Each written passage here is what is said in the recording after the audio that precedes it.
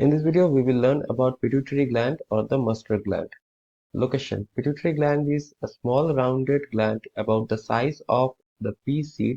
It is attached by a stalk to the hypothalamus. So here you can see this is the pituitary and it is attached to this hypothalamus.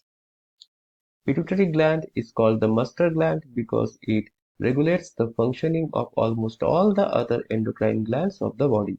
Pituitary gland comprises following three parts: anterior lobe, intermediate lobe, and posterior lobe. So this is anterior lobe, and here in the diagram this is posterior lobe. Then hormones secreted by the anterior lobe of pituitary. First, growth hormone or somatotropic hormone. It is essential for normal growth of the body.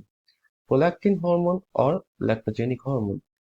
It enhances the growth and enlargement of breasts during pregnancy, functioning of mammary glands, and the production of milk, that is lactation, after delivery. Adrenocorticotropic hormone or ACTH. It maintains and promotes growth and development of adrenal cortex. It also stimulates adrenal cortex to secrete glucocorticoid and mineralocorticoid hormones. Thyroid stimulating hormone or TSH or thyrotropic hormone. It controls the growth and functioning of thyroid gland. It stimulates thyroid gland to produce thyroxine. Follicle stimulating hormone or FSH. In males, FSH stimulates the formation of sperm by spermatogenesis. In females, it stimulates maturation of ovarian follicles to produce eggs and the secretion of estrogen hormone. Luteinizing hormone or LH. In males, LH stimulates the secretion of male hormone testosterone, which influences the appearance of secondary sexual characters. In females, it stimulates ovulation and maintains corpus luteum to secrete progesterone. Then hormones secreted by the posterior lobe of pituitary. First, vasopressin or antidiuretic hormone ADH. ADH controls reabsorption of water from the glomerular filtrate by kidney tubules and reduces urine volume. Hence, it is called antidiuretic hormone. It also causes contraction of small arteries in the body, thereby increasing the blood pressure. Then oxytocin. It stimulates contraction of uterus at the time of childbirth and it is called birth hormone. It also helps in the expulsion of milk from breasts at the time of sucking by infant. Hormones of intermediate lobe of pituitary. It is small middle part of pituitary gland. It secretes hormone MSH, that is melanocyte stimulating hormone.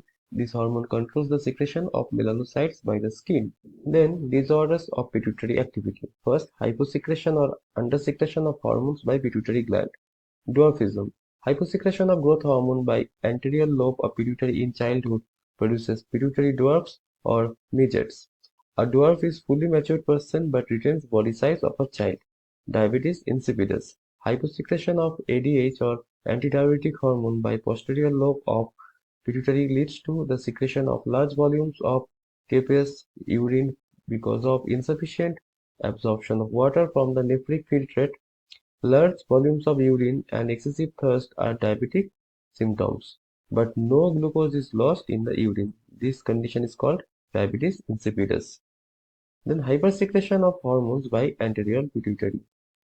Gigantism. Hypersecretion of growth hormone in childhood causes extraordinary growth of long bones and produces pituitary giants.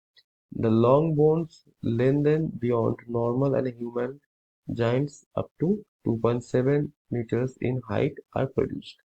Acromegaly.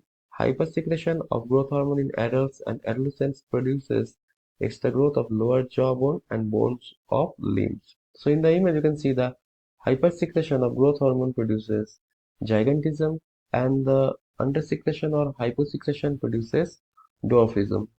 I hope this topic is clear to you. Thank you.